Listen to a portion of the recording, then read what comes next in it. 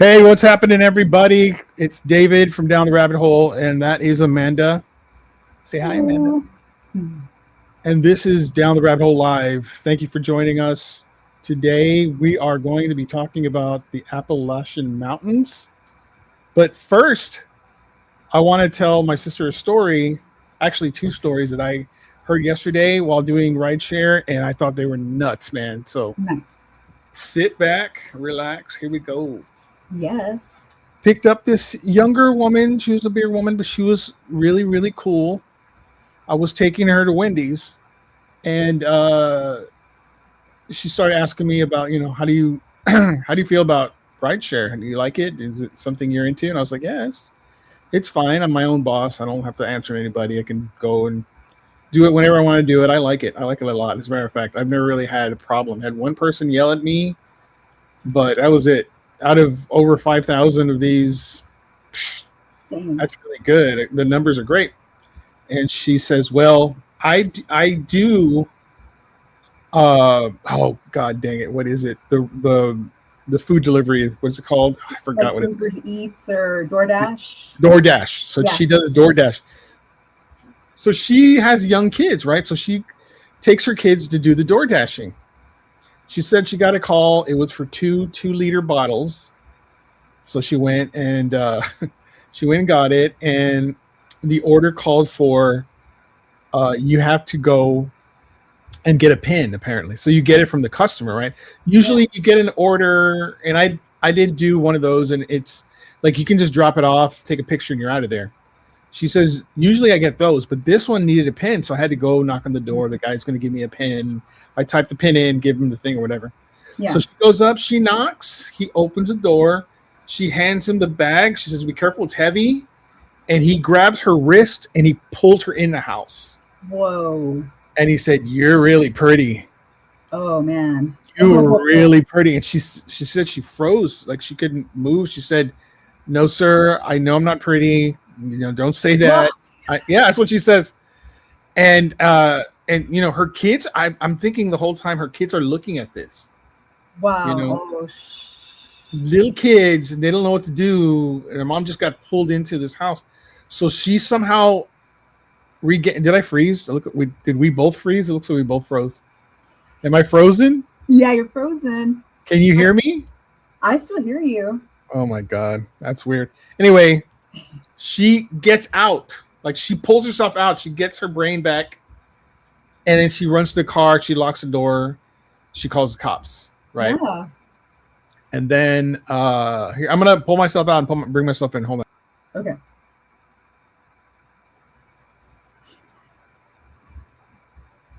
There's something wrong with my camera. Can you hear me? I can hear you. Yeah. Okay. I'm gonna unplug my camera. But anyway, what happened? She calls the cops, right? Yeah. The cops come over. They're like, okay, they go talk to him. They go talk to her. They ask her if she wants to press charges. She says, yes, I want to press charges.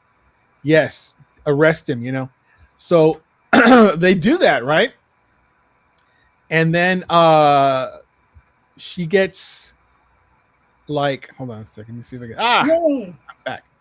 So he gets, I guess he gets arrested. She doesn't say if he gets arrested or not, but she says, their messages like on the DoorDash or whatever. Yeah. He messaged her again after he was, I guess, arrested or whatever. He got back, and he's like, "Hey, you need to come and get that pin." And she's like, "What a creep!" No, sir, I'm not going to go. She goes, "Yeah, you need to come and get that pin. You're pretty. You're real pretty." Wow, that's scary. That tripped me out until she says, there's another story. My mom actually did Uber, right? And she goes, check this out. She says that her mom was doing it, and she picked up these two guys. They were going somewhere kind of near. And they say, hey, do you mind if we switch our destination? It's in New Braunfels, which we live in San Antonio. So New Braunfels is like a suburb outside of San Antonio. That's a little further. Jeez. Yeah, it's a little further, right? In between here in Austin. And so basically she goes, yeah, I got nothing else to do. That's fine. Let's do it. So they're driving towards there, and they changed the place again. This time it's to an open field. Oh no. And she noted, because what happens is it lets you know that they changed it. Yeah. And so she's like, oh, so what's going on here, guys? What are you guys going to do over here? And one of the guys says, we're going to go and have a lot of fun. Oh. Yeah, get out. She goes, hey, do you mind if I go and get gas? Now, mind you, this is the woman's mom, right? Oh, okay. This is her mom doing this. And so she goes, do you mind if we get some gas? Because we're not going to make it unless I get some gas. So, yeah, sure, go get some gas. She pulls into a gas station. She goes in pretending to pay the clerk. She calls the cops, right? Cops get there. They get them out. And these idiots admit what they were going to do. They were going to kill her. They were going to rape and kill her in the fields. And yeah, they're like, people. They were like, we can't understand how she figured that out. That's awesome. You know? Her intuition, she was like, wow. Big time, man. I was tripping out with that, dude. I was like, wow, homie. Wow. Crazy stories, man. That's crazy. So you've never encountered anything wild, or because honestly, I don't think you'd never really think about. I don't ever think about someone wanting to attack you, wanting a ride. But man, I think about it all the time because scary. The thing is, the people you're in a vulnerable position. You're sitting in the driver's seat. They're generally either behind you or across behind you, and you're not able to see what they're doing back there. You know, every so often I'm thinking there's a lot of noises going on. Like there's like they're open things and they're doing like, I'm like, oh man, is that when the knife is going to come out, or you know what I'm saying? I always think that, but scary. I've been really fortunate that doesn't happen. I feel for women that have to do this kind of stuff, man, because they're vulnerable out there. Yeah. Not only are they vulnerable getting in a car with a stranger, they're vulnerable driving a stranger. It's just nuts. It makes me sick to think that, you know, this world has so many of these crazies out there that are you know, at any moment going to do something nuts. I still can't get over these guys admitting what they were going to do to the cops, what they were going to do to this woman. I mean, that's scary. They just ordered an Uber with a plan to kill that person. That was the whole plan. They were both gonna, you know, do whatever they wanted. How many times they've already done that? I know. It's happened a lot. Scary. I do DoorDash. I've had just one incident where a guy followed me. Like he was outside at his car, and normally I do always get just where you can just drop it off. Yeah. But he got the order, put in his car, and I just got in the car and I noticed he was like immediately behind me and followed me, and I just went all the way to a Dairy Queen that was close by. There was a guy standing out there. I ran out and I was like, this man is following me. The guy just drove off, and I just waited for a while, and that was it. But thank God I've never had a pull-in incident. That's scary. Ugh. Yeah, man. It's really strange. So today we're going to talk a little bit about the Appalachian Mountains. I plan to have two guests. One of them says he's in, but he's not for some reason. But the other guest, her kid got sick, and so she couldn't make it. But her name's Rachel Spear. Hopefully one day we'll get her back on here. She is awesome. I have her on the show. She's actually the episode that just dropped last week. Nice. And that episode did pretty good. I'm really happy with it. But she lives over there in Tennessee area, and she's now I think she's working for a magazine called Appalachian something. I can't remember the exact name, but I think it's really cool that she's doing that. We have another guy who goes by Morbid V on Instagram. I think his name is V. He's going to be popping here in a second. I'm going to let him in. Come on in. I'm always waiting for. So when I was doing jury duty a couple of weeks ago, he messaged me and we got to talking a little bit. And so he grew up in the mountains of Appalachia. And wow. He's experienced it. Yeah. So I'm going to play a video, Mandy, to give you an idea about the mountains, a little backstory. So you ready? Awesome. Yes. Here we go. About the Appalachian Mountains. And Yes, Appalachian, not Appalachian. I lived in North Carolina, and that is how we said it. The Appalachian Mountains started forming 1.1 billion years ago. For context, that's 500 million years before the first fish existed. And for that reason, you will not find fossils in the Appalachian Mountains. And they didn't even form in North America. They formed when these two ancient continents collided and joined a blob called Rodinia, and this part became North America. Today, if you go to the Appalachian Mountains, you can find rocks from that collision a billion years ago. And since then, there have been lots of collisions that have built the Appalachians up, and at one point they were as tall as the modern-day Himalayas. Since then, they've gotten shorter, they've eroded, they're very old. And those collisions didn't always end up with mountains just in North America. When those supercontinents broke up over many different times, the mountains ended up the same mountain ranges as the British Isles and the Scottish Highlands and the Atlas Mountains. And I will never stop thinking about that. What do you think about that? Freaking weird. I think that's awesome, man. Can you imagine that the same mountain range is actually over there in Africa, the UK, Iceland and all that? That's freaking awesome. I love that. Wild. Freaking wild. So this guy, Mr. V, says, let me just go back to apologies. I had some connection issues, but all good now. And it's all good, but he's nowhere to be found. Where are you? I'm still waiting for him to pop in here any second now, I'm hoping. Oh, man. I'm looking at the comments to see if there are any comments about it. And that's what happened to me. I guess I went to the wrong, an older link, maybe. It's supposed to be the same link, but I don't know. Who knows? So I said, come on in, click the StreamYard link I sent him. He is not clicking. So I guess we're gonna wait a little bit longer. So how was your week? It's been wild. Max went back to school. Pretty good.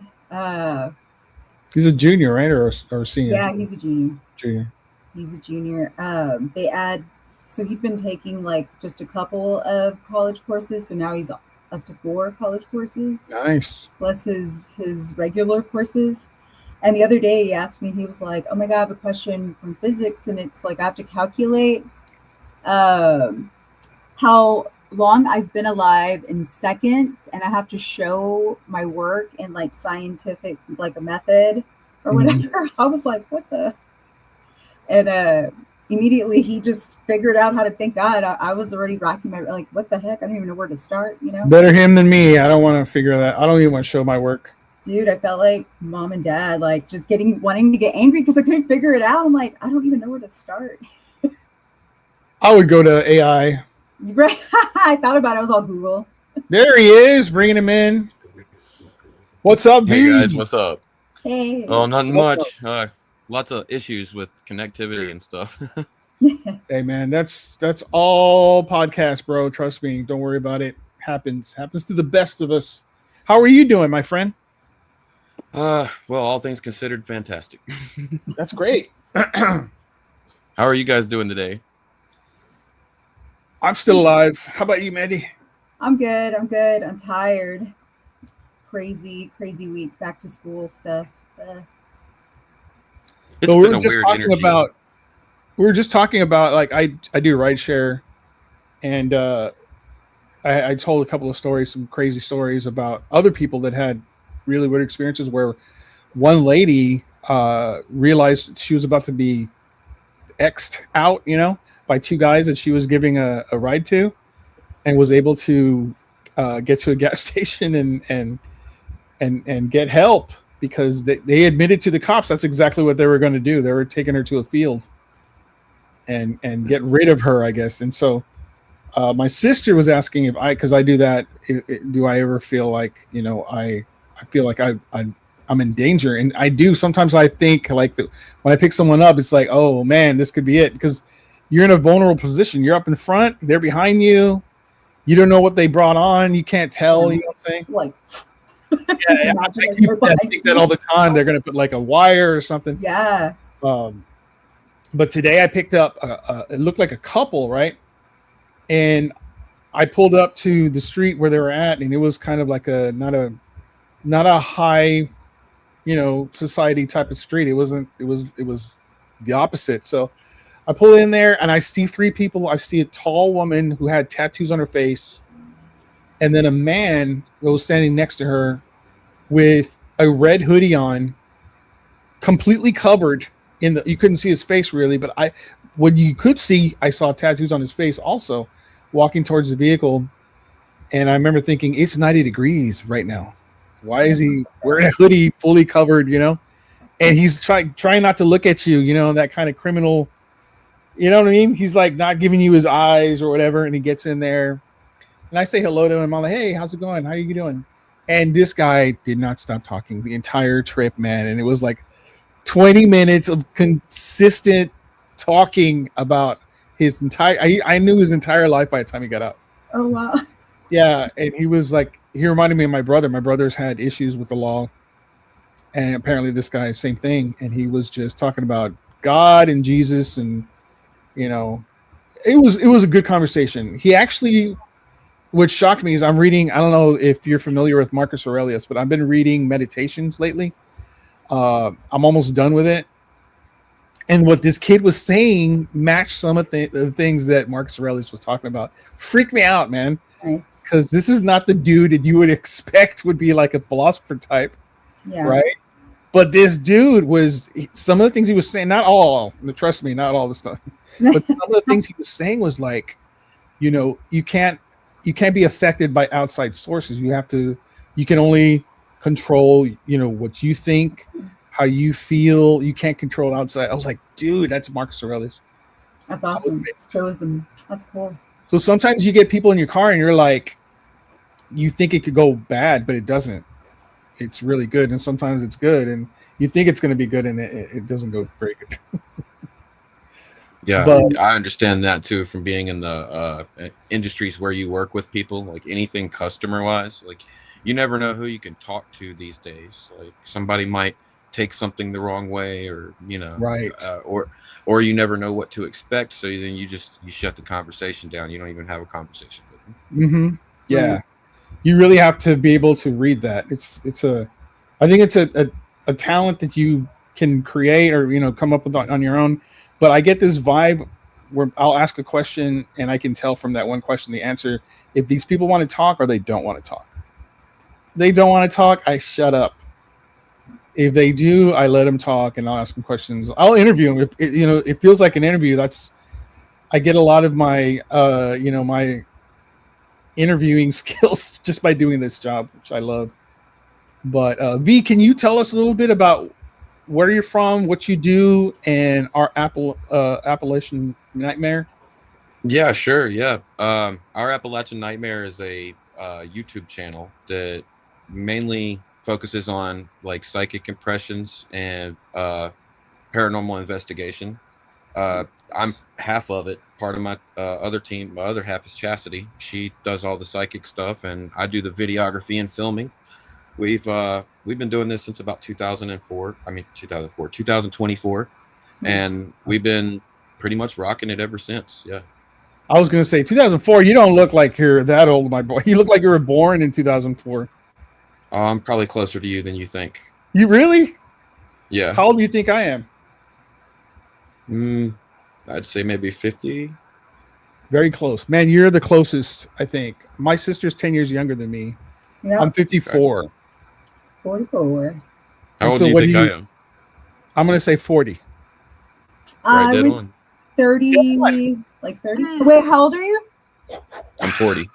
Oh wow! Whoa! Yeah, you hit it right on. Young. We actually, I think we met on Spooked Coast to Coast, correct? Yeah. Yeah. Some of my favorite people. Yeah, Jen, Mondo, Joy, and Joey. They're from Spooked Coast to Coast. Shout out to them. I've known them for years, man. For years. Like when I started down the rabbit hole 4 years ago, they were one of the first to follow. And we got to talking. And I love paranormal investigators, man. I have a huge respect for those people because the amount of time it takes to do what you guys do, like the video work, for example. I don't know how many cameras you set up, but if you set up more than one, I know, and you do an 8-hour or overnight kind of recording, you have to look at every camera. Mm-hmm. The entire, I mean, that's frame by frame, right? Like, yes. anything. because you don't want to miss something because there's Yeah. so much Especially time. EVPs. Yeah. Oh man. Have you caught some good ones? Oh, absolutely. That's one of our biggest focuses because I mean that's some of the like best credible evidence you can get if you get EVPs. We've got a couple of Class A's. One of them was at Bobby Mackey's. Like I got a child laughing and it was on every camera. Oh, Oh. so that's Yeah. one of the things I've actually had an experience with is like a child giggling at my sister's old house. Creepy, man. It's the scariest thing to experience. I gotta tell you. None of us heard it while we were there, and we were in Wow. a really small concrete room. It's called the Room of Faces, and out of nowhere, just like I'm reviewing it, and I thought it was a noise or something, but then like I checked it out on another camera, and it's on there too. And listening carefully, it sounds like a little girl. There's no little girls there. It's Holy all crap. grown ups, and it was wild. Like I'm gonna miss that place. I hate that they tore it down. What was the place? Bobby Mackey's. Bobby Mackey's. Yes, I've seen it on several shows. Yeah, they tore it down. That's right. Yeah, That's that awesome. was I think Ghost Adventures' first episode was Bobby Mackey's. Oh, I've wow. never seen an episode of Ghost Adventures. What? Yeah, I think that's Never. the only episode I've seen. I'm not a fan of Zach. what's his face. Zach. Yeah, that guy. I'm not a fan. We have a nickname for him in our circles, but I'm not going to say it online. Yeah, so he's on our page. I like that, man. Yeah, dude. And seriously, like I owe you some flowers for bringing 305 and JJ Paranormal together because those really are some of my favorite cats. Like I religiously try to watch their stuff every week, like for real. And it was you. You were the one that did it. You brought them together. Thank Aw. you, sir. Thank you, Yay. because Yes, definitely. Yay. I That's was so working cool. behind the what's that, sis? I said that's so cool. That's awesome. I was Yeah. so Jay oh my god. Joy had mentioned she wanted to do a podcast and I was like, yeah, you should do it. You should definitely do it.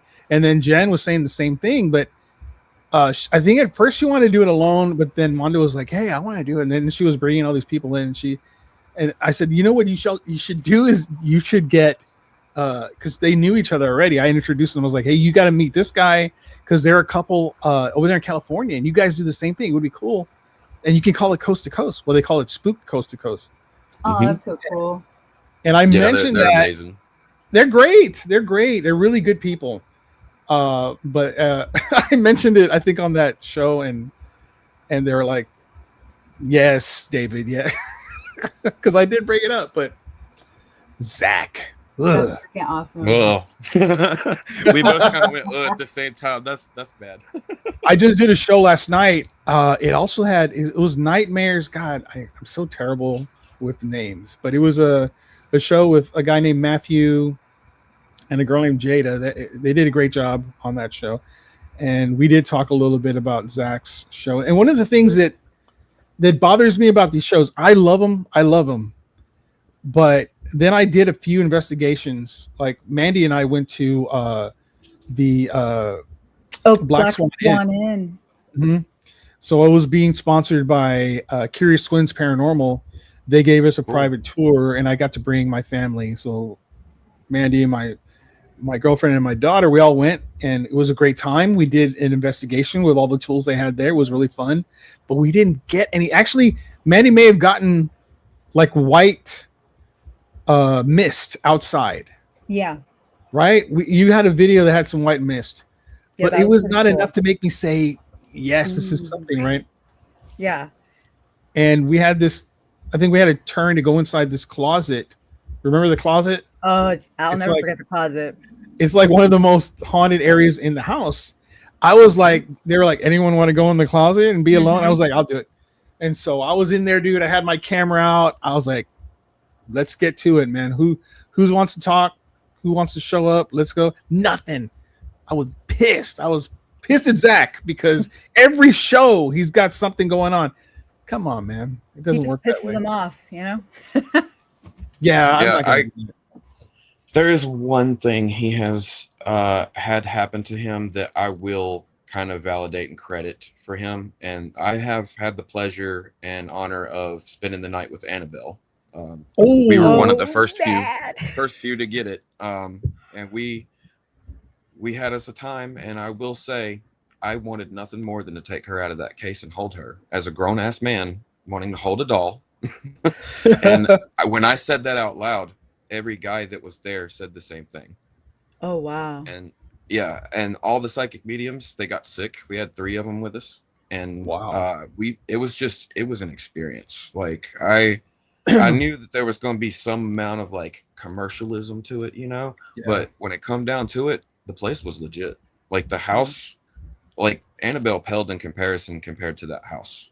There's something there for sure. But yeah, that when he took her out of the case and touched her, and Tony Spira, the owner of Annabelle, I think that's Warren's cousin, or no, sorry, son-in-law. He's a son-in-law, right? Yeah. He's married to their daughter. That's right, Judy. Mhm. He got mad at him and like walked off the show or something. I've seen the clips for it, and I always kind of held that against him. But sitting in front of Annabelle myself kind of changed that perspective a little bit. Yeah. You don't feel fear around her. You feel love, and that is probably the scariest thing I've been around when it comes to that. Shit. Wait, you felt love Like in front of Annabelle? You do not feel fear in front of her at all. It's weird. Like, yes, like a magnetism. Yeah. Very good way to She's describe like that. drawing you in. Wow. Mm-hmm. That reminds me among of the other things. Wow. No, that's interesting. So were you in the house where she was held, like the little museum or whatever? Yeah, we got Cool. access to the museum for like 4 hours. And we That's went rad. with a couple of groups to split that steep price, and that kind of worked out because the place is pretty sizable. Like you can go one side and somebody can go on the other, and you can do independent investigations, and that kind of works out pretty good actually. Like we got some really good evidence there. You were talking about mist earlier. Yeah. While me and Chas were sleeping, we slept in Lorraine's office, which is the closest to Annabelle.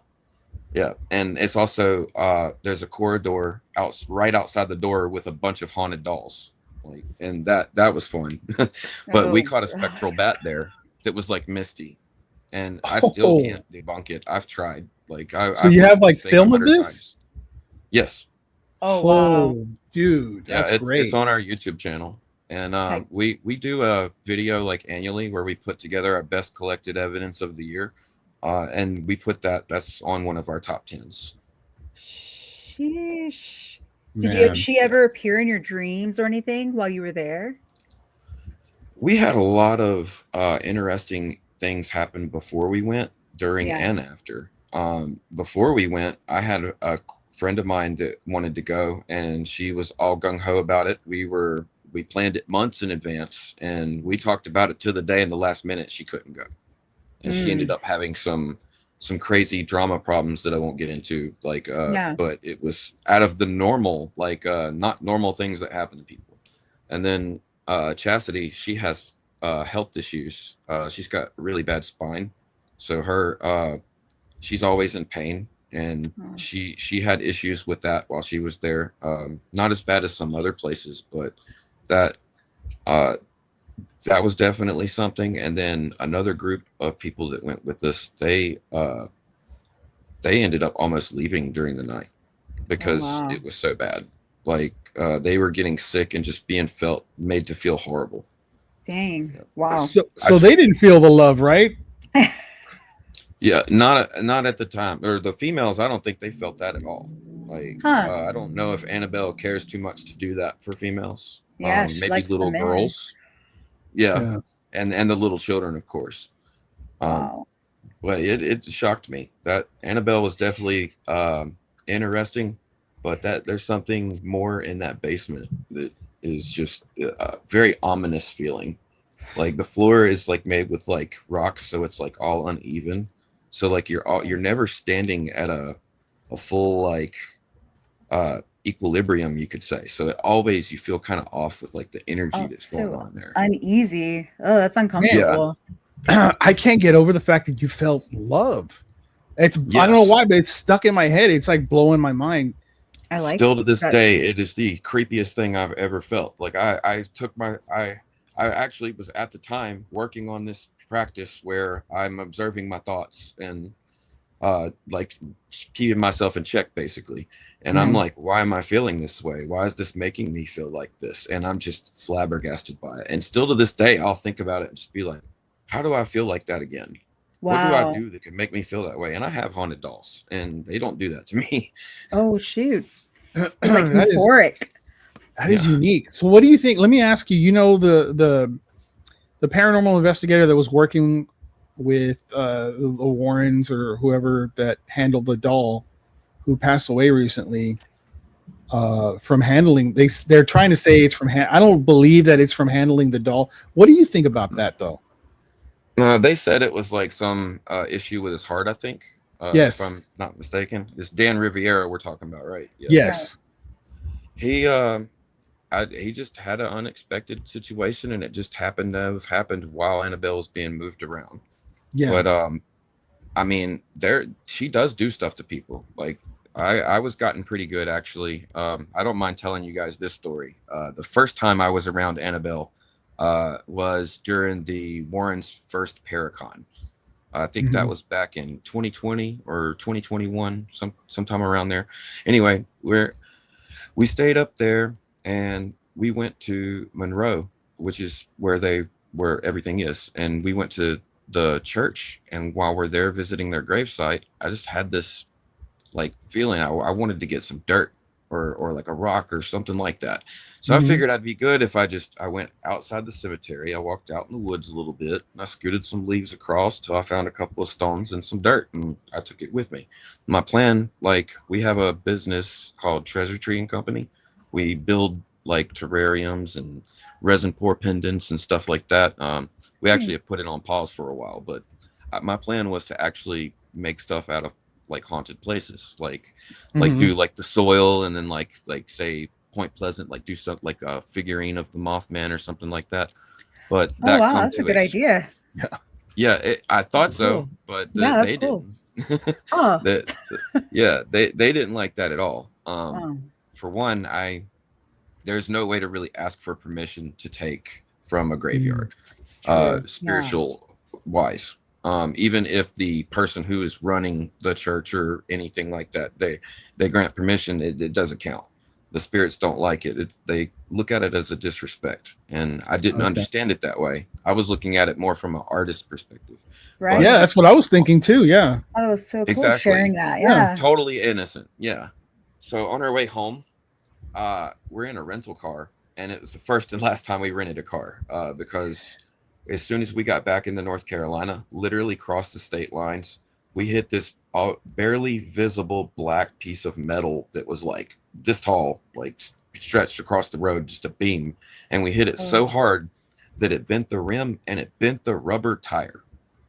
Wow. So I'm sitting here, we pull off to the exit. I'm jacking the car up. We're going to put the boot on, right?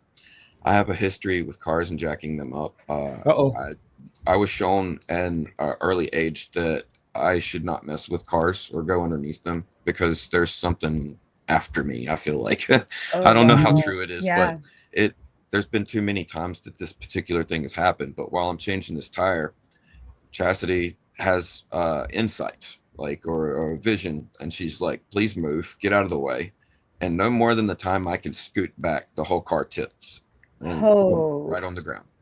Yeah. So the car almost fell on me, and damn, dude, we finished the job and got out of there. And apparently it didn't want us to go. Whatever it was really trying to keep us there.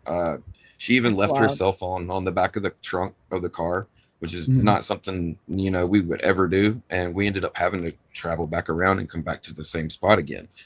And it was just like this overwhelming, ominous feeling.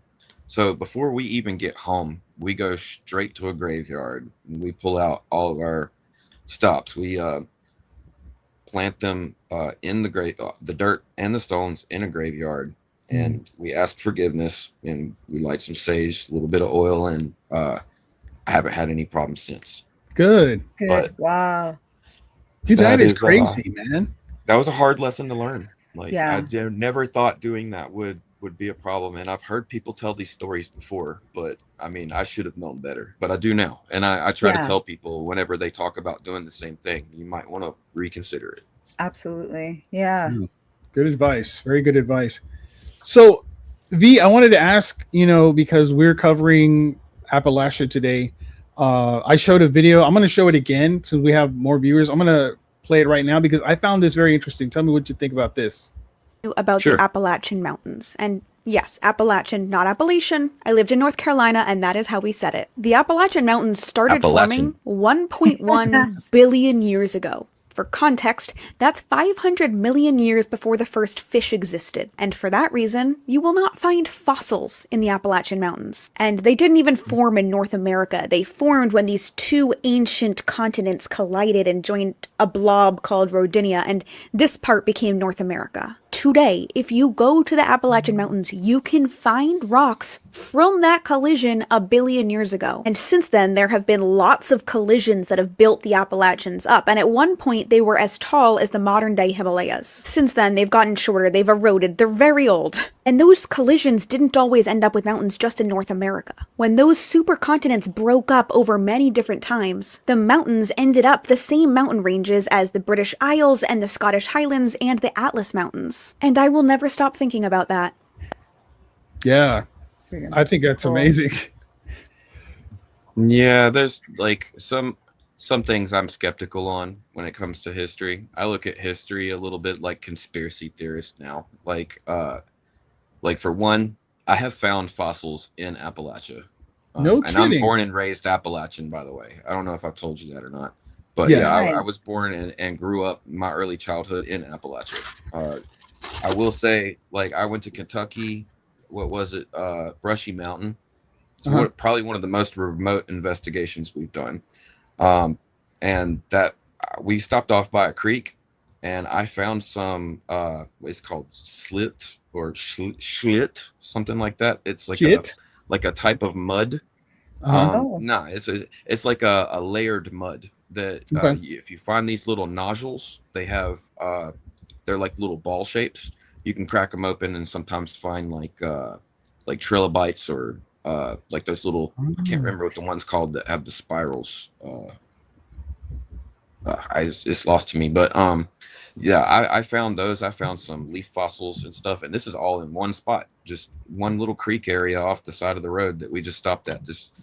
I'm a woodsy guy. I like outdoors, and I told Chas I got to get my feet in some water. We're riding down the road. I'm just tired of seeing lines, roads, and trees. Yeah. Every state almost has the same view, because they plant all those trees up on the highways. And you don't see anything on the outside hardly. But yeah, I had to get my feet in some water, and that's when I found it. So yeah, we do have fossils, but they're harder to find. And yeah, it definitely is old. Like I can attest to that, because you can see the difference between like the bedrock here comparatively to like say the Rocky Mountains. Like it's a different kind of like porous, you could say. Yeah. Little texture, weird. And you say you grew up in the mountains, is that right? Yeah, that's right. What town? At the base, actually. So I had the best of like being in Appalachia, and then like 45 minutes away was Walmart. So I mean, it was a little drive if we wanted to get 45 minutes away. Damn. Yeah. Wow. Well, it was actually an hour away when I lived in Westfield, because that's really the sticks right there. It's almost on the Virginia, North Carolina line. And you get up in there, and it's very, very remote. Well, not so much anymore. It's kind of populated out a little bit over the years, especially places like Danbury, where I grew up. And where's Danbury located? Where's that about? It's in Stokes County. It's like right beside of Forsyth County, where Winston-Salem is. That's one of our most popular cities. The closest biggest city is Winston-Salem, but it is also like at the base of the Appalachian Mountains. So but where you grew up, it was pretty remote, right? It was like really a small town. There was like Walnut Cove, like it had one or two stoplights for like 30-40 years before they finally got another one. And I mean, they kept it old. Like they just now have started tearing down old buildings, and it's kind of a shame because some of those buildings have great history. As far as like Danbury goes, uh, Danbury has like one of the oldest courthouses in the state, if I'm not mistaken. Interesting. And that place is incredible activity wise. I've had the pleasure of investigating it multiple times. We're actually working on a bigger type of documentary about Danbury itself, just because it's got so much activity that we want to put it on the map. The Arts Place, the Danbury Courthouse, and the high school are some of the most haunted places in Danbury that I've been to. So what do you think? Why do you think it's so? There's so much activity there. What do you like? Do you have any ideas as to why? There's a few like reasons I think that it could be. Like for one, we're on ley lines. That area goes directly through a ley line, and it's on top of a hill. Like it has a very specific geological placement. I'm not sure if that has something to do with a secret brotherhood or something, but I'll just put it that way. Yeah. Secret brotherhood? What? Like what? Well, we call them the brother Yeah, men. that's what I was saying. Yeah. There you go. Oh, The all-seeing eye. interesting. Yeah, they're in everything. They're in every small town. You can't go to a small town without finding one. But yeah, they. I know some about what they believe in and their magnetism and energy and stuff like that. So when they place stuff, they try to place it specific. I don't know if you ever noticed this or not, but you notice a lot of places here are named the same places like across the world. Well, their intersecting lines kind of have a coincidence. Like there's something mathematically about how this town is named Bethlehem compared to what we call Bethlehem across the world. Right. Like I thought that was interesting. Like but parallel. That's I weird. digress on that. It's for that place to be the way it is. It's had sorry, I had to make an adjustment. For that place to be what it is, it's not really like jump in your face type haunted. It's more like if you seek it, you're gonna find it. Ooh. I had my first experience with Bigfoot there in Danbury, and Oh wow. until recently, I thought You Bigfoot tell. was. I didn't think it was a. A lot of people were saying that it's a shapeshifter and it's paranormal and it can do this and that. My experience with it was not the same until my last experience, and that's when I realized, okay, there is something more to this. But I was walking through the woods. I'm by myself. I always do it. I've trekked these woods as long as I've been alive, and I see a stick fall, then two sticks. Then all of a sudden, just sticks start falling out of all the trees everywhere. Oh And wow. I'm looking back and through the woods, and I'm not seeing anything. I'm looking up, and I see all these shadows just zooming Oh, across the shit. trees, like at least 70 or 80, or like maybe it could have been 100. I don't know, but And they were it floating all over the you, trees. or They were just jumping through trees. Just wow. black shadows is all I could see. They were so fast, but they were fuzzy looking. So I mean, I know that like it had to have been like Bigfoot, and I was thinking they were migrating because it was a lot of them, and I've never heard of anybody speaking on it like that. So I didn't think anything of it other than like maybe it's in my head. Maybe the wind just blew really hard and knocked all these out. No, there's so many limbs that's just on the ground. The wind had been blowing like most of the day that day too. So I mean, did you smell anything? Ooh. yeah, I got that like pungity, like deer type smell. Like it's very I don't know. It's kind of like armpit and pee, I guess you could say, to put it politely. Yeah. Like a Yeah. pheromone. Weird. And Yeah, what about sounds? Did you get any sounds from these shadows or anything like that? I didn't hear any physical sound or I mean vocal sounds out of them. All I could hear was like sticks breaking, like and like a lot of sticks breaking. And Weird. that's not the first time I've had it happen. Just my very backyard is it's crazy with activity.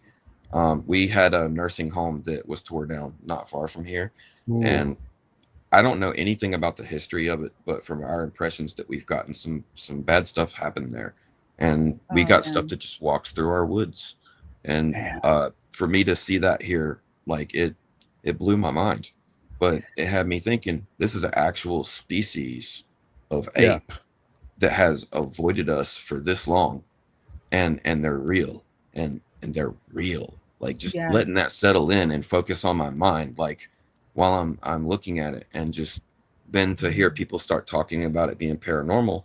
Yeah, I kind of had the solidified thought in my mind that this thing's not paranormal. This is like gigantic epiphytus, the missing link, Yes.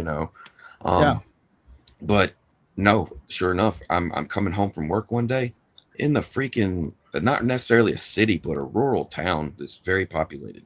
And I see this, it looked like a raccoon, like a ball of a big fat raccoon, like the fattest one I've ever seen. And it starts shimmering up this tree. And I'm like, well, I'm gonna look at it. I'm gonna wait for it to hit the top, because I know exactly where it's gonna go, because I watched animals as a kid. But I'm sitting here, I'm waiting, and this truck goes in front of me. It goes to turn, and the trailer on the truck is covering my sight for just a split second. And when it uncovered it, I saw the ball reach the top of the tree, and it was like a ball of hair. And then it just like went kind of like liquid almost. And then literally right in front of my eyes, I swear on my daughter's life, transformed into a bird and flew away. Whoa. Damn. A crow or a raven, like, to be specific. Yeah. Yeah. And that happened to me not even 2 months ago. What the heck? How did you feel? What did you do? I'm still in shock, and it's been Yeah. that long. Like, I still tried to process it, but it that was the first time I ever seen it shift like that. And then, like, I had this memory of maybe seeing it before, like a deja vu, like, while it was happening. And like, so I started trying to look that up, and then I did find out there is like a coincidence with people seeing Bigfoot and having deja vu, or like having a feeling that it's happened before, which that could do. Oh, sorry, go ahead. No, go ahead. I was just going to say that could have something to do with like how they're supposed to alter a theta wave or something, to control how, or it's to elude us more than anything, I think, is my personal opinion. Yes. I think that, like, they can do things to our brain and make it fuzzy so they can get away or don't have to be around us. I mean, that's how just my theory. They're hidden for so long. Yeah. So Yeah. what V was just talking about, can you say the name of that ancient that orangutan like forefather? Gigantic epiphytus. Yes, and here's what it looks like. Yeah. So it looks like a Bigfoot to me. Kinda. I mean, I'm just saying. Yeah. Here's one with a person to give you context. I mean, they're Wow. giant, Wow. and these actually did exist. They went extinct. I don't know, 1,000 years ago, or whatever it was, and they could be the link between Bigfoot and this.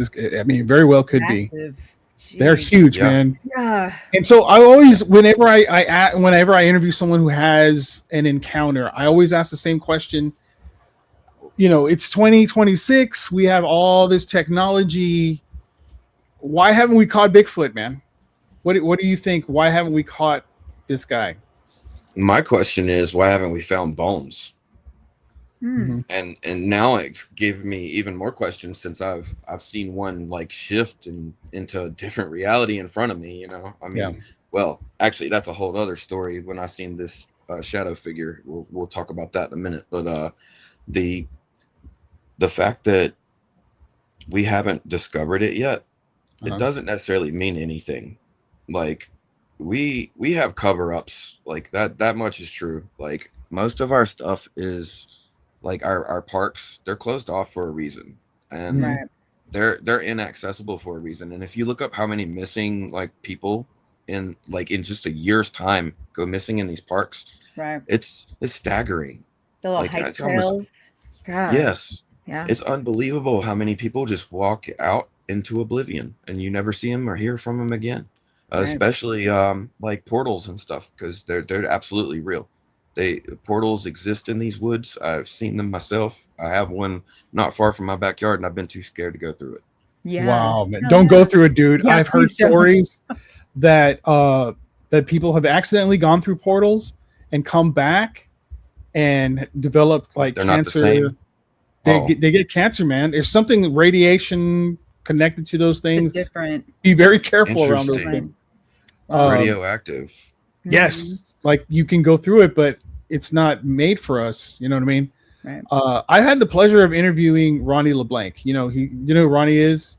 He's a big Bigfoot guy. He's written several books. I know Todd Standing. That's probably about one of the biggest experts I know. Yeah, this guy's awesome. He has mentioned basically what you're talking about. He's also talked about. He had seen a Bigfoot. Him and other people were there in the woods. They saw one, and they actually saw it like disappear to the point where they can just see the hair, and it flashed like what you're talking about. It just flashed by them super fast. And so he's come to the conclusion that he believes that these creatures are interdimensional.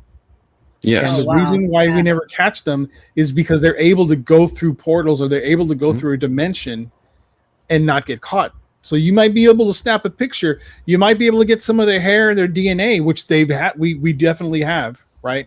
We've caught it, but it's going to be very, very hard to catch them if that's the case, if that's really what's going on. Is that why it's always blurry? His photo, you can never get a real image ever. Have y'all seen the one that they just this guy went to an outhouse, and he's camping, he goes to an outhouse and he hears something rustling, he takes a picture in the corner, and it's this older looking Bigfoot looking down at him as he's on the on his on his throne in that outhouse. That was pretty convincing looking, but I don't know, with AI the way it is these days, it's hard to tell. It's hard. Yeah, there's subtle differences. If you about have to be a graphic designer now to tell the difference between stuff. Yeah.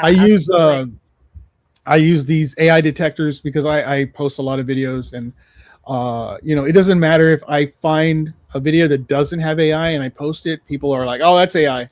Yeah, that's AI. Everyone is like, for my mental health, that's AI. Yeah. Yeah. It's ruined everything. But if this is, what you're saying makes me, I'm starting to lean towards that interdimensional thing, because we haven't caught bones. We haven't, like you said, and if they're able to go into another dimension, maybe they're able to take their dead with them into this other place, and maybe these dimensions go to another world, go to another planet, or I have no idea, but that's why we never catch them here. Wow. That's interesting. My deal is what if it's not Bigfoot? Maybe that's just what we're perceiving it as. What if it's just in general a shape-shifting being? Yeah, man, could be. There might not even be a Bigfoot. It just might be what we're interpreting it as while we see it. Wow. Are we going to get to a point sometime in the very near future that we're going to capture one of these guys and be able to figure out where it comes from, figure out what it is? I want to know, man. If it's a missing link, I want to know. Right. Yeah, exactly. And it's hard to know, with all these parks, being closed off and stuff, if it is an actual species. I wish there was something we could do to further that research, but there's limitations on what you can do inside of there. Check it out, Our Appalachian Nightmare. That's the show I did last night. What's going on, Matt? Yeah. Thanks for joining, my friend. Nice. Yep, that's Chastity down there. Nice. Sweet. I forgot to even pull up the comments. I was going crazy. I couldn't find my headphones. Had to use these instead. Does it sound okay?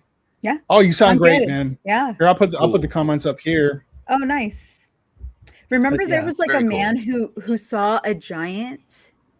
I remember there was a video, and it was a giant, and he was trying to investigate all this stuff, and then all of a sudden there was no more reporting of it.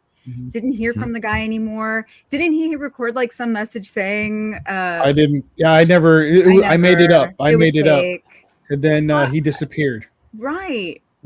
How real is that?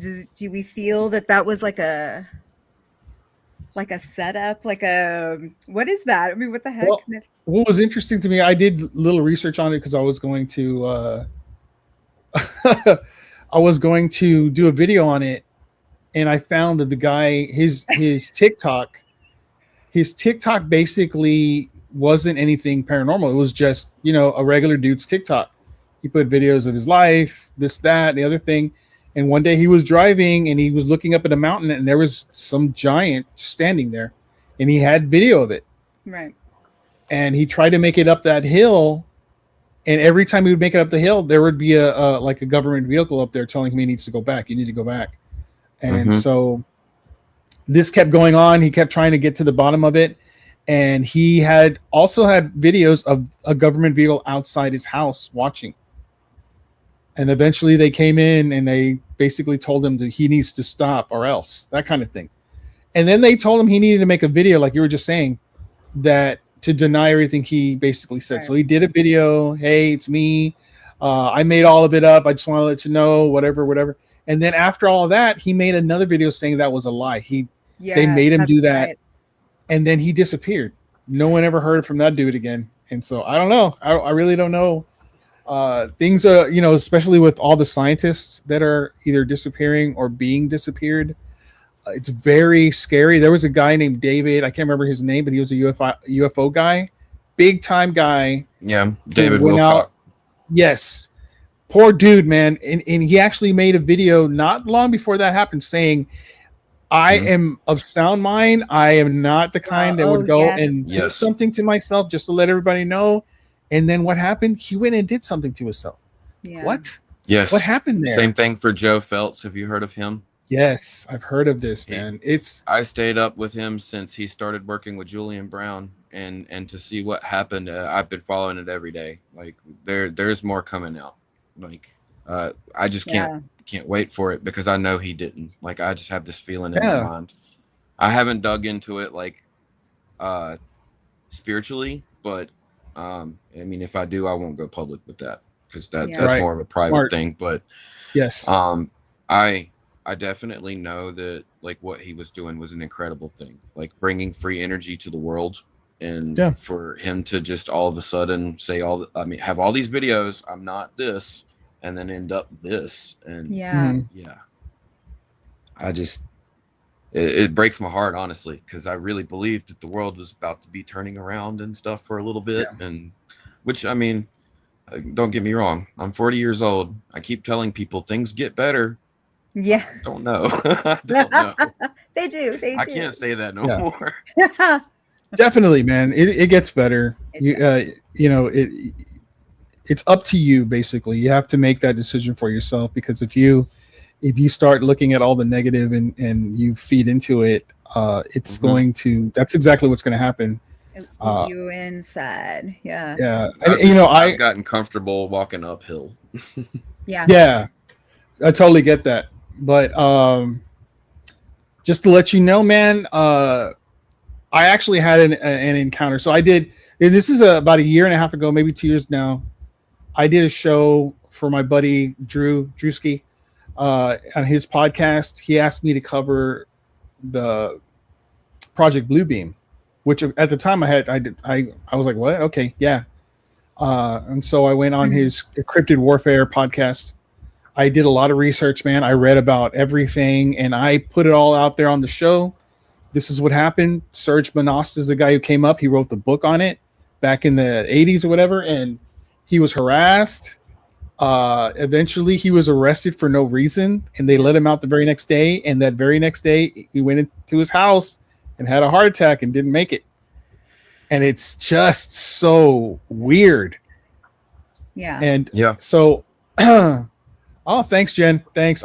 We just moved back into our house because we had to do the floor again for the second year straight. Anyway, so cut to 2 weeks after this, right?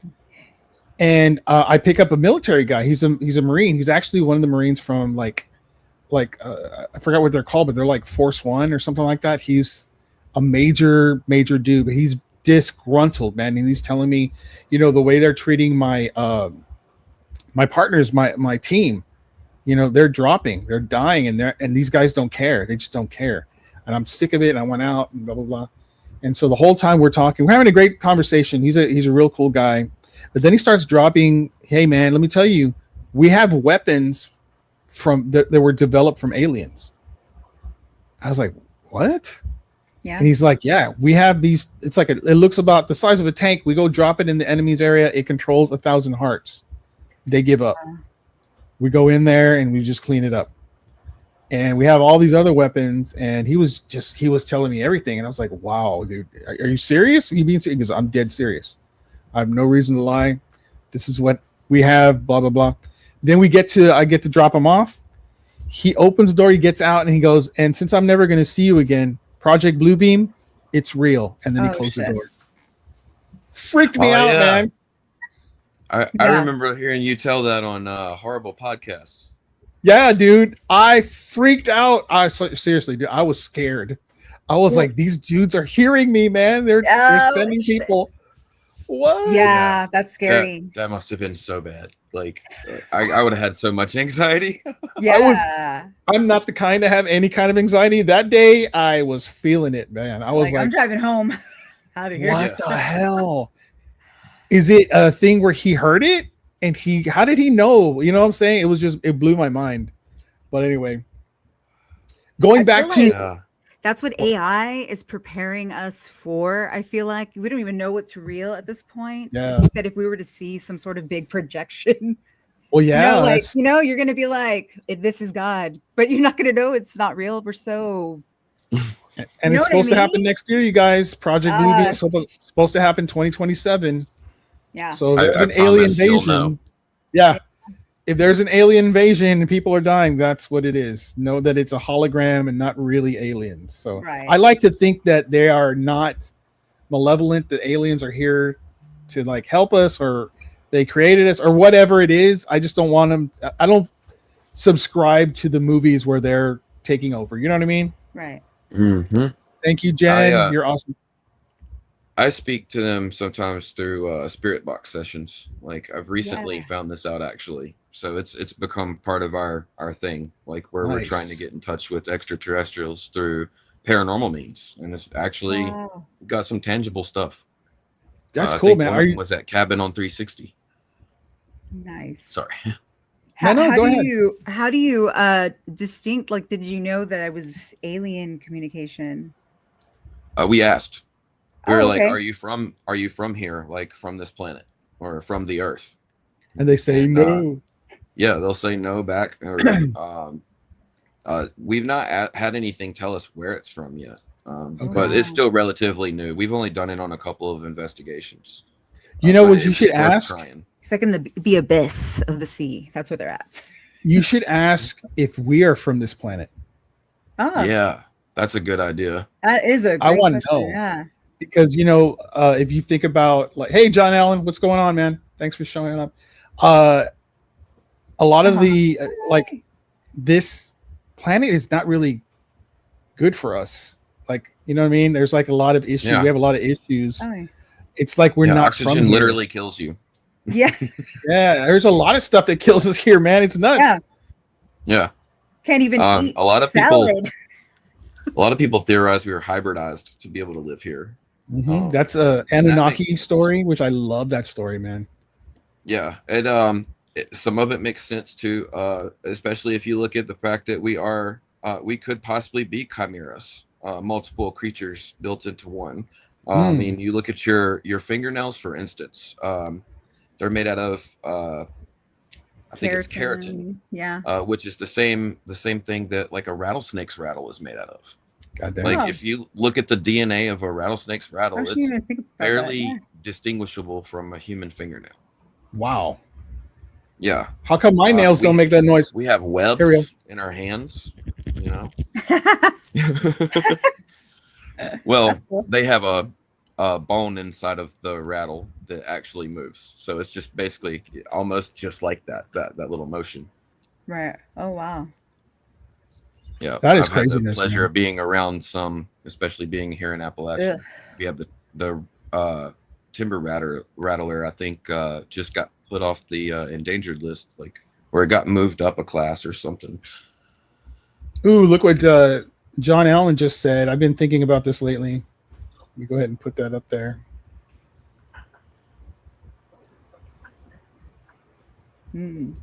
So I've been yes. I've been putting like these videos up on Down the Rabbit Hole, talking about the whole thing where our souls are here to feed some other, I don't know what, but they feed off our emotions, not just fear, but like all of our emotions. And you know, what this video is basically talking about is when you pass away, you die, you go to what they call, you know, this, not the afterlife or whatever, it's like the source. And then when you're at the source, you get brought back to do it all over again. And the blinding light. And some people call that a prison planet. We're stuck in this, and we're just feeding whatever it is. It's feeding off of us. It's crazy stuff, man. I love that theory. It's interesting to talk about for sure. It's definitely old. It's based in Gnosticism. Like the Demiurge who created the three-dimensional world, he trapped us in it. After he created this world, he's actually not the original creator. Apparently, there's a one above him called Sophia, and she is such a higher vibration that they couldn't live in the same plane. So the Demiurge thinks that he is the only one true God. So he created this, and then Sophia sent her angels down to speak with him about it, and he somehow was able to create puppets, but couldn't put life in them, because when he saw them, he wanted to create them. So that didn't work out. Well, Sophia comes down and puts the seed of life in one of them as kind of like a like, or you don't have this type of magic. And he and that's when the Eve of Life is born. And after that, I think let's see. Yeah, after that, he used the angels were consorting, the ones he created, and were questioning his authority, because once they seen something more superior, and that he couldn't make it, he, to keep his power, sought to trap the beings. So the beings that was created are actually beings of light. The Eve of Life was the first like light being that was created, and that's our first true form according to Gnosticism. And if you look back, it tells you have this three-dimensional world that he's constructed and trapped us in, and is constantly recycling the energy. Like every time we get out, we go right back in, basically. Like there's a system designed to stop us from escaping our I can't remember what it's called exactly. It starts with an M. Like it's not there, but yeah, anyway, that's pretty much like the gist of like the Gnosticism, at least from what I understand, or what I've interesting. Yeah. I always think light beings. Whenever I hear light beings, I think soul. Like, could that be our soul? Because a lot of people like Edgar Casey, you know, who was the sleeping prophet, would say he could see auras. And every time I heard that, it made me think maybe the soul isn't inside the body, but surrounds it. Yes. And that's what the aura is, right? And I mean, a lot of things. Go ahead. Oh, sorry. I was going to say, you know, they're teaching kids now to be able to see without eyes. Like they're covering their eyes and they're making them live their life without it and be able to see colors and shapes and things like that. And they're having really good results. Yeah, you should totally look it up. It is definitely worth looking into. Wow, I want to be able to do that. Yeah, that is awesome. You can. It's just harder. Yeah. Like you gotta focus and practice a little harder than a child would. So I want to say really quick, Shelly had just shared a little earlier for you guys, you new guys, she was talking about a white mist that she saw in our house. Scroll back and read it. It's really interesting. She's asking right now about souls and how we still, I don't know if they're being stolen. I don't understand how, you know, I don't know anything about this stuff. I'm not an expert on it, but I had heard, and this is coming from Bob Lazar, that the Greys were very interested in our souls. They didn't understand how that works, because I guess they didn't have it, right? So there is speculation. I'm sorry, go ahead. I was going to say they called us containers. Yeah. Yeah. Like the they body didn't is a refer to container. us as actual beings. They referred to us as containers, which And I they found wanted to understand, interesting. how can I separate the container from the soul? You see? Mhm. And so, again, I don't have any expertise in this. I don't understand it completely, but there is a theory that they had created, the Greys had created a soul catcher. So they're catching, I don't know. And again, it's just weird, but that I was like, I need to read about this. This is interesting, man. And so they're using Yeah. it and putting them into other, maybe other beings, or maybe they're being reincarnated from there. I don't know, but fascinating stuff. Fascinating. Yeah. Yeah, the transfer of consciousness in itself is an interesting subject. I could definitely use some more research on that, because there's so much that is You said like coming container. out. Like they're talking about being able to do this like now. Like we can actually transfer our consciousness into different bodies, or into an organic computer, because they're building those computers with stem cells and stuff. Yeah. Like that's basically what they're building it for, is so they can have like a conscious transfer machine, basically. And it's wild. It I'm is. still not on board with it, because I don't think you can actually move your consciousness. I think that all they're doing is copying it, and you're just a copy. Like, So what if that's the about case. Wow. astral projection? So is that the ability? Like I have friends who have abilities that they can do this easily or whatever. I can't. I did it once and that was it. But Yeah. is that your consciousness actually leaving your body and going elsewhere, going other places? Is that out of body experience, astral projection? Is that the same kind of thing? Yes and no, and no and yes. You have a thread that's attached to your body, because you are symbiotically connected to your body. So Is this a silver thread that they talk about? yes. Okay. And this is why you can't be Aw. fully possessed. So if you have, like, say, a demonic possession, it's why no matter what, they start rotting over time. Like their soul rots, because they can't take you, because they don't match. Like you have to match this very specific code in order for you to be in your body. And that's something I've you ever have this knowledge that you feel like you're born with? Nobody's ever told you anything. It's just you can think about it and the answer just comes to you like that. Mm-hmm. Like I'm pretty sure it's like Akashic Records or something like that. Yes. But like that's where I got that information in, and I looked into it, and it actually turned out to be a little tangible. Like the thread thing is definitely a real thing. How you astral project, when they first start teaching you start pulling on the rope. Oh, no kidding. You're sitting here pulling the rope, and that's how you get yourself out. And that's the first step.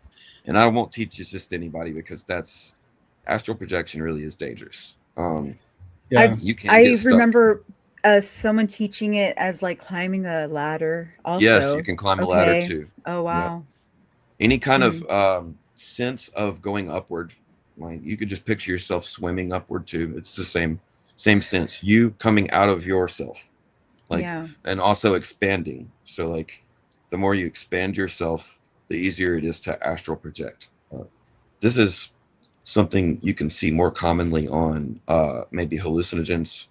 I've only taken mushrooms. I'm a natural person, but from my experience with them, you disappear, like your body disappears, and you just like become melt, like a fuzzball with feet. I don't know any other way to describe it.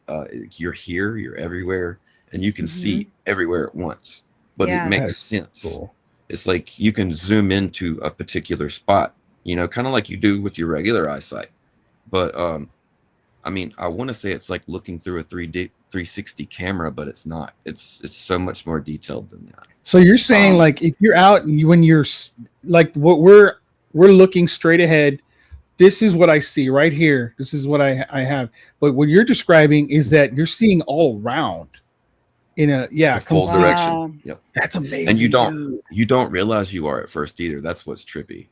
Oh, so, yeah. Once you realize that's you, like then you realize you don't have a body. You can start spinning and moving your consciousness, and you start doing it without your body, and then you start losing control, and it can cause a freak out. So it's definitely this is something I don't recommend for everybody. If you're Yeah. not very grounded, you shouldn't do astral projection. You really need to Especially get with- in touch with your emotions for sure before even. Yes. Like Yeah. never try it when you're upset, ill, or just in general annoyed. Like I Right. would never try to, or meditating. Like it's easy to do during meditation. If you do it enough, then it becomes like almost a subconscious thing. So it's also another thing to be careful from, because when you're out of your body, if you call out loud enough, things are going to hear you, and they're going to realize, hey, he's not doing what he's supposed to be doing, and they're going to come at you. Vulnerable. Yeah. Yeah, Like I have a friend Insidious named. Oh, sorry. Go ahead. No, go ahead. Insidious. I I was love just that's gonna my say- favorite horror movie, by the way. Yeah, they did a very good job of portraying how that consciousness works in the dark. Of course, they added a little more creep factor on it, Mhm. but I wanted to say that's probably one of the most accurate portrayals of astral projection. Oh, Like wow. the dark until you make light on it. Like you have to make your own light to be able to see in the dark. Wow, Like with it, that's very cool. at least from my That's interpretation. cool. Sorry.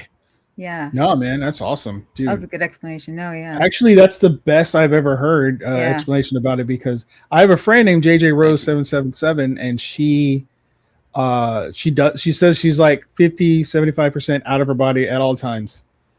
And I'm like, okay. I asked her to teach me, she won't teach me. I Yeah. want me too. That's like a goal of mine.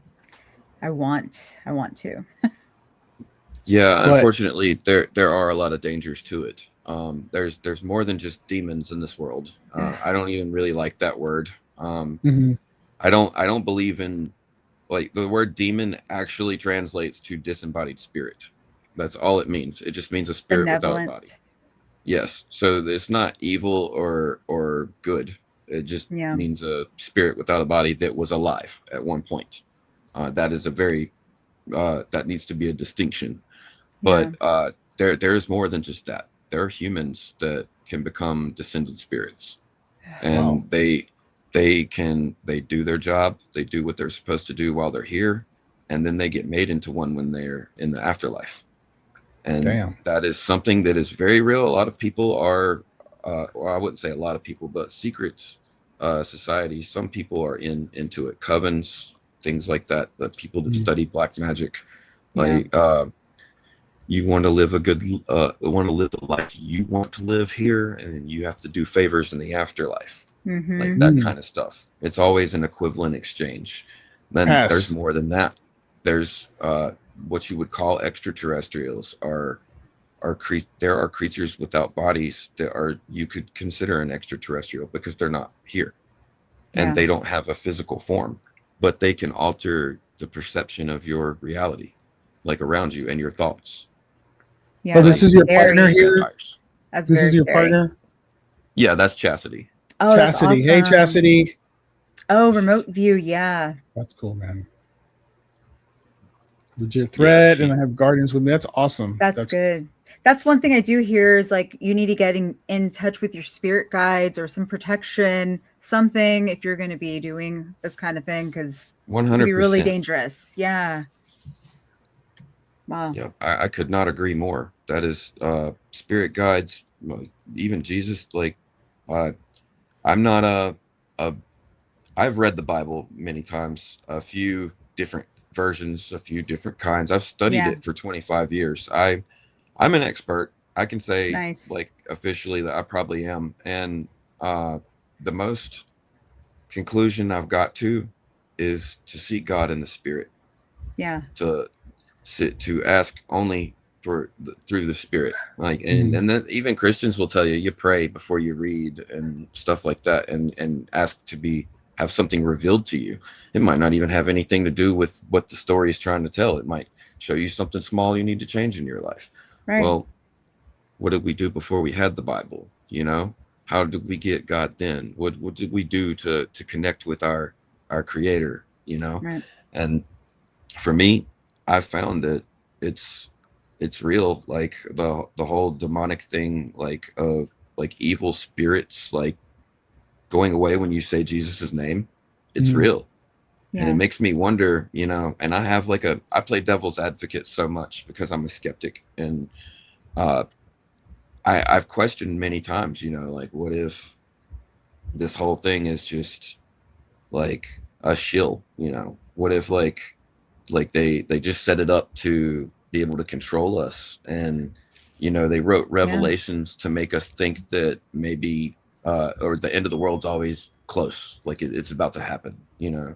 But then you go to these places like I've been to, and you have conversations like Brushy Mountain. It's not on film, but I had a conversation with a dead PDF file in the wing down there, and to just see like how evil exists beyond, and how the residual energy captures it. Like there's so much dark in this world that it's just, if you're not a person who has those kinds of protections, it's best not to do it. There's safe. Been a few people we've had hurt from it. Oh wow. Yes, exactly. Well, good to hear that. Well, thank you for saying that. That you had people get hurt. That's not what she meant. No. Absolutely not. Thank you for educating, you know? I mean, for sure. Absolutely. You have to. If you're going to do it. I'm sorry. I heard the ding and I thought Tostino's Pizza. Nice. That's funny. Wait. That's awesome. Oh, y'all heard her ding, actually. Yeah. She said it. She said sorry. Wow. My stomach immediately growled. Wow, this thing picks up way better than I thought it would. That's nice. No, you sound great. Man, this conversation has been deep, bro. I love this. Thank you so much for joining. I did want to play a video. It's for it being all over the place. I love it. This is what I love. It's perfect. Me too. I do have a video I want to play. It was basically about an Appalachian family. And you know, I thought about this, about maybe not showing this, but I'm going to show it. So here we go. Yeah. That deep in the Appalachian Mountains lives a family whose members married within their own bloodline for generations. Because of this, many children were born with severe physical and mental conditions, and their behavior became increasingly unusual over time. The Whitaker family is considered one of the most disturbing real-life examples of the consequences of inbreeding. The parents of Lauren and Ray were first cousins, and, like their ancestors, continued this dangerous tradition. Only one of the Whitaker brothers was born completely healthy, without serious physical or psychological disorders. He is also the only one able to speak clearly. The rest of the family communicates using simple sounds and noises, which further separates them from normal society. How old are you, Ray? With each generation, the problems became more visible and severe. Eventually, the family became completely isolated as no one wanted to take responsibility for them. Today, the Whitakers live cut off from the outside world, avoiding contact with strangers because their appearance and behavior often cause fear. After their story spread online, many users warned that if you ever encounter them, it's best not to interact and simply walk away. So I've seen that or heard about that, and how come so many people are able to go into their home and just randomly talk to them? I've seen like other videos of YouTubers just like interviewing them. They don't know nothing about them, but they're like so invasive in their space. It's kind of sad. Like, it is. I think it's overhyped, maybe. Yeah. Like the whole situation, which I mean, it kind of does coincide with like feral mountain people. Which somebody was asking about that earlier. Yeah. I've never seen them personally, but I've heard stories. Like, as a kid, like people were always tell you not to go in the woods like for long, and I mean it's about as I mean, if you're in a remote area and you're hearing somebody yell help, I mean, what are you gonna do? I mean, I'm stupid. I'll probably try to go help them. I've often thought that because one day I used to a lot of Skinwalker videos, there's something in the woods screaming help. Yeah. And I always wonder, why aren't they going and helping these people? Because they're probably going to, take them out, right? Yeah. But I'm with you, man. I would want to help someone who needs help. That's just always. That feels like something you want to do. But so like those mountain people, And you said you've never seen any or anything like that. Never run into any of them. Not that I'm aware of. Now, I have seen some people on the side of the road that look a little questionable, like in ditches and stuff, but not unclothed like a lot of people say. I have seen like people like in the woods, like driving down the road that just didn't look like they belonged there. But that's probably like the only situation I've ever had with that. But I've always heard about mountain people, like especially thinking like the Kentucky or Tennessee area. Like they have some areas that they won't go into or they won't touch because it's kind of dangerous. Like people get territorial up there. Yeah, I mean, I wouldn't mess with it. I would not. No. See ya. So do you know the rules, the Appalachian rules? Oh, absolutely. I've broken them one by one. It's Can like you no give 'em- whistling, one of them, right? Yes. So one of them is we do got to not whistle at back. night. Oh, you have to Yes. whistle back? I have whistled at night and we got to whistle back. Oh, That was in Danbury Courthouse, actually. that's crazy. Damn. That's probably one of our most famous captures. Oh man. So the rule is do not whistle at night, Yeah. right? Mhm. So that we're Hispanics, and that is a Hispanic thing. If you hear a whistle at night, don't whistle No, you back. don't whistle back. So when I heard Yeah. that rule, I was like, oh snap, that's home, bro. You don't do that Mhm. here either. It's No, not safe. You're not supposed to do it, period.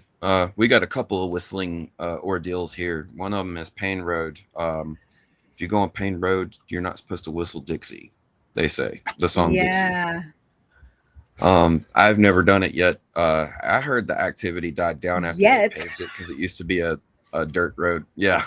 Well, I mean, if you knew me, I've been in some of the most haunted places in America and by myself, and I love it. Like, that's some people prefer to go home and drink a beer. I want to talk to some ghosts. I mean, Dude, we have to. I like ghosts. I got to get you on. Dayvid don't know. I got to get you on my show, man. This has been an awesome conversation. I love it. Yeah, I've But I enjoyed know watching your content. Oh, thank you, dude. Thank you so much. I know you have pizza. I don't want to keep you from your pizza any longer. So we're gonna go ahead and cut it here. It's been almost an hour and a half. Thank you so much, V, for joining us, dude. Yes. Electrifying absolutely. conversation, bro. Yeah. You're- Yeah, all the issues I had earlier, it made it worth it. It's cool. Yay. Oh man, this was a great conversation. I think this is our best show yet. We just barely started this show. It's been 2 months, Mandy? Maybe longer. Yeah. Yes. Oh, Wow. And I'm over here so interested. I'm just like looking back and forth at both of you guys, like what and what? That's what love I'm it. doing. I'm going between all three Like screens. yeah. Hey, Pyramid One Radio AU. What's going on, my friend? Oh yeah, rewatch this one. This one was good. This one was Nice. good. B is amazing. Y'all need to check him out. Go follow him. You have any plugs you want to throw out there, my friend? Yeah, you guys can find me on Our Appalachian Nightmare. Just go to YouTube and type it in. You even got to finish it, and it'll pop right up. Oh, nice. Sweet. Yay. Sweet. Yep. All right, guys. That's Appalachian Nightmare. Sorry. yeah. Can you follow him on Instagram, Facebook? Right? Are you on Facebook? Yes, we have Facebook, Instagram, TikTok. What else? Dude, follow them all. Yeah, that's follow them about all. it. Yeah, we got all the socials. Nice. Yeah. Yeah. Also follow my sister. Anything for Salinas? Instagram, TikTok. Instagram, yes. TikTok, and of course down the rabbit hole. Dayvid don't know on Instagram. We just hit 250,000 followers on Facebook for down the rabbit hole, and it's already at 253. I was like, what? This Wow. morning's 250, now it's 253. I don't know what's happening, but I like it. That's awesome. Congratulations. Yeah. Thank you, great. thank you. All right, guys, that's the show. Thank you so much. We will see you next Friday. Later. Bye. Love and light.